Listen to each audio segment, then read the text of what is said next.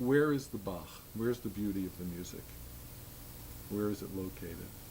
And if we have some sort of an answer to that, would you look that way when you're playing the passage and get to the climax? What would you say? But I'd be different.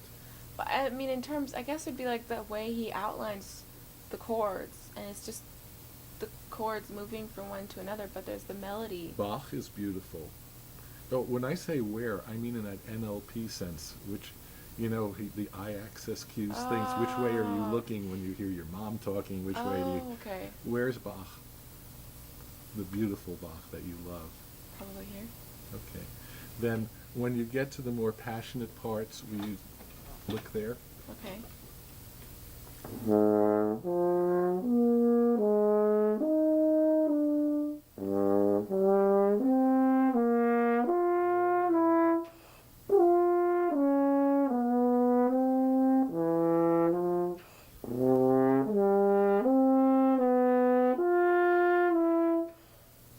So we have, let me see if I can transpose this. Now, so that's obviously this chord, right? Yeah. But then he goes. I want to tune that one.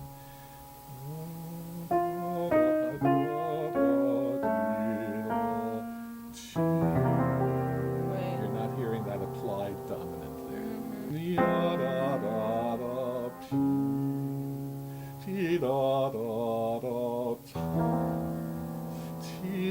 So let's hear the changes of harmony on this and that a little bit. Yeah.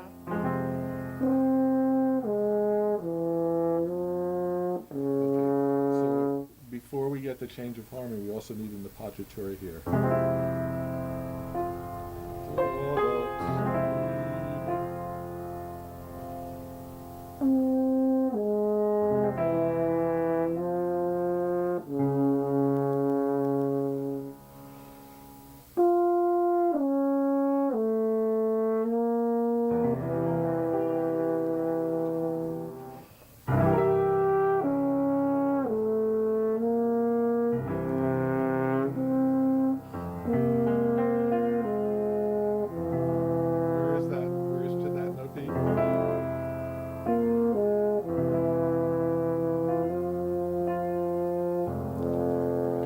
Excellent.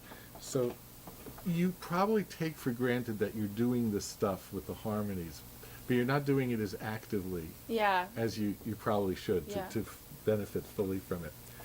So the appoggiatura is out of tune with the chord, but when you first played it, it was very vague where it was in pitch. I think you treated it simply as a B. Okay. rather than an appoggiatura to that. Can you stand that one more time? Yeah. We're doing this for your ear, not for you. You I have know. nothing to do with it.